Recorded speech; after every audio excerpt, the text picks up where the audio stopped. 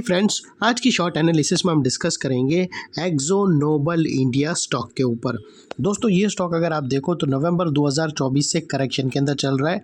Overall अगर आप देखो तो 2.5 महीने पूरे करेक्शन में स्टॉक ने बिता दिए और करेक्शन में भी दोस्तों स्टॉक ने यहाँ पर दोनों तरह का करेक्शन दिया, प्राइस वाइज टाइम वाइज दोनों। पहले स्टॉक ने प्राइस वाइज करेक्शन दिया जहाँ पर ये स्टॉक डाउन साइड करेक्ट हुआ, फिर स्टॉक ने टाइम वाइज करेक्शन के अंदर एक साइडवे कंसोलिडेशन करी, एक लंबा बेस बनाया और अल्टीमेटली उसको ब्रेकआउट किया है। और फिलहाल ये स्टॉक को देखो तो दोस्तों यहाँ पर एक बहुत बड़ी डाउनवर्ड स्लोपिंग पैरेलल चैनल थी जो एक स्ट्रॉन्ग रेजिस्टेंस का काम कर रही थी। अल्टीमेटली स्टॉक ने उसको ब्रेकआउट किया है। यहाँ पर करेक्शन कंप्लीट के कंफर्मेशन मिले हैं, पॉजिटिव क्लियर डाइवर्शन मिला है और एक रिवर्सल चार्ट पैटर्न भी मिली है जिसके तहत ये स्टॉक करंट लेवल से अपसाइड में 8 to 10% रनअप देने के लिए रेडी है। लेकिन दोस्तों यहाँ पर कोई भी हमारी बाय सेल होल्ड रिकमेंडेशन नहीं है, ये प्योरली एजुकेशन पर्पज से मैं अपना पॉइंट ऑफ व्यू आप लोगों के सामने शेयर कर रहा हूँ। कोई भी पोजीशन लेने से पहले अपने फाइनेंशियल एडवाइज़र को ज़रूर कंसल्ट कर लेना। फ्रेंड्स, आप लोग देख सकते हो कि ये वो टॉप था जहाँ से डाउनवर्ड स्लोपिंग पैरेलल चैनल के थ्रू यहाँ पर एक करेक्शन हुआ और जब तक स्टॉक ये डाउनवर्ड स्लोपिंग पैरेलल चैनल में था स्टॉक प्राइस वाइज करेक्शन के अंदर एंगेज रहा और यहाँ पर back to back lower lows trigger हुए। फ्रेंड्स, अगर आप देखो तो फर्स्ट लोअर लोज यहाँ पर हिट हुआ, सेकंड लोअर लोज यहाँ पर, थर्ड लोअर लोज यहाँ पर और लास्ट लोअर लोज यहाँ पर। और जैसे ही ये downward sloping parallel channel upside में ब्रेकआउट हुई, इसने मल्टीपल हायर हाइज को ब्रेक करके उसके अबाउ सस्टेन क्लोजिंग देकर कंफर्म कर दिया करेक्शन कंप्लीटेड। यहाँ पर हमें दो मेजर पॉजिटिव सिग्नल मिले।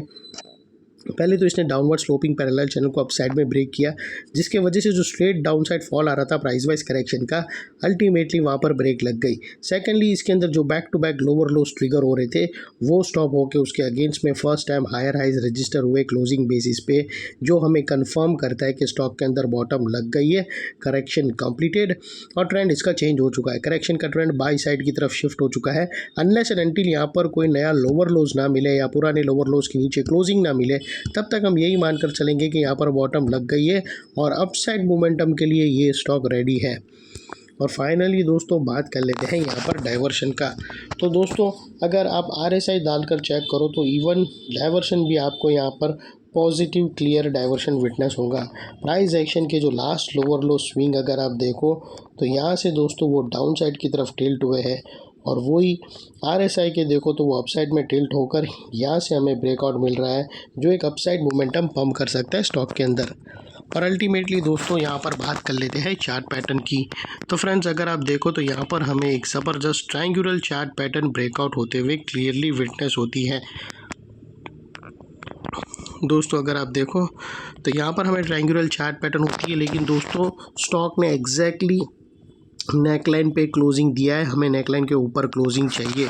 तो दोस्तों यहाँ पर तुम्हें वेट करना होगा एक और कैंडल का क्लोजिंग अबाउट 3850, मैंने राउंड फिगर लिया हूँ 3850 या 45 के ऊपर, यानी ये नेकलाइन के ऊपर हमें एक ग्रीन कैंडल क्लोजिंग चाहिए। उसके बाद ये ट्रायंगुलर चार्ट पैटर्न एक्टिव हो जाएगी, अपसाइड ट्रेडेबल हो जाएगी और वो लिहाज से दोस्तों फिर स्टॉक का जो अगला टारगेट निकल कर आता है वो 4220 का आता है, 4250 से 4220 के आसपास। और दोस्तों यहाँ पर स्टॉप लॉस के लिए दोस्तों यहाँ पर मल्टीपल ऑप्शन अवेलेबल है आप लोगों के पास। आप अपने एडवाइज़र को पूछकर ब्रेकआउट कैंडल के लो के नीचे क्लोजिंग बेसिस पे, अभी तक ब्रेकआउट कैंडल आई नहीं है लेकिन जैसे ही मिलेंगी उसके बाद क्लोजिंग बेसिस पे ब्रेकआउट कैंडल के लो के नीचे रख सकते हो या फिर ATR की हेल्प ले सकते हो या फिर नियरेस्ट लोअर स्विंग। जो भी स्टॉप लॉस रखो दोस्तों इतना मेक श्योर करना है कि आपका risk to reward ratio at least 1:2 या मिनिमम 1:1.5 रहना चाहिए।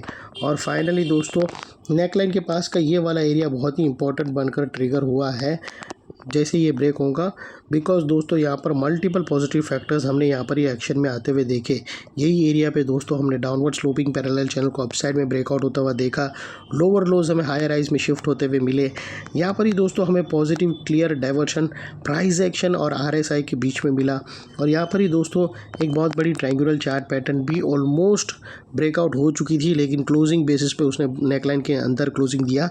तो हमें सिर्फ एक कंफर्मेशन का वेट है क्लोजिंग बेसिस पे, फिर ये एरिया एक इम्पोर्टेंट सपोर्ट में तब्दील हो जाएगा। अभी तक टिल नाउ ये एक रेजिस्टेंस है, लेकिन इसके ऊपर क्लोजिंग मिलेंगी तो ये टर्न हो जाएगा इनटू एन इम्पॉर्टेंट सपोर्ट। और इतने बड़े स्ट्रॉन्ग सपोर्ट के नीचे क्लोजिंग बेसिस पे आप लोगों का स्टॉप लॉस रहना चाहिए, जो आसानी से ट्रिगर ना हो, और बाय एनी चांस अगर हिट हो जाता है तो नो इफ़ नो बट सीधा स्टॉप लॉस देकर ट्रेड को वाइंड अप कर देना चाहिए। ये थी हमारी शॉर्ट एंड स्वीट एनालिसिस। अच्छी लगी तो प्लीज़ चैनल को लाइक शेयर सब्सक्राइब ज़रूर करना। थैंक यू फ्रेंड्स, जय हिंद।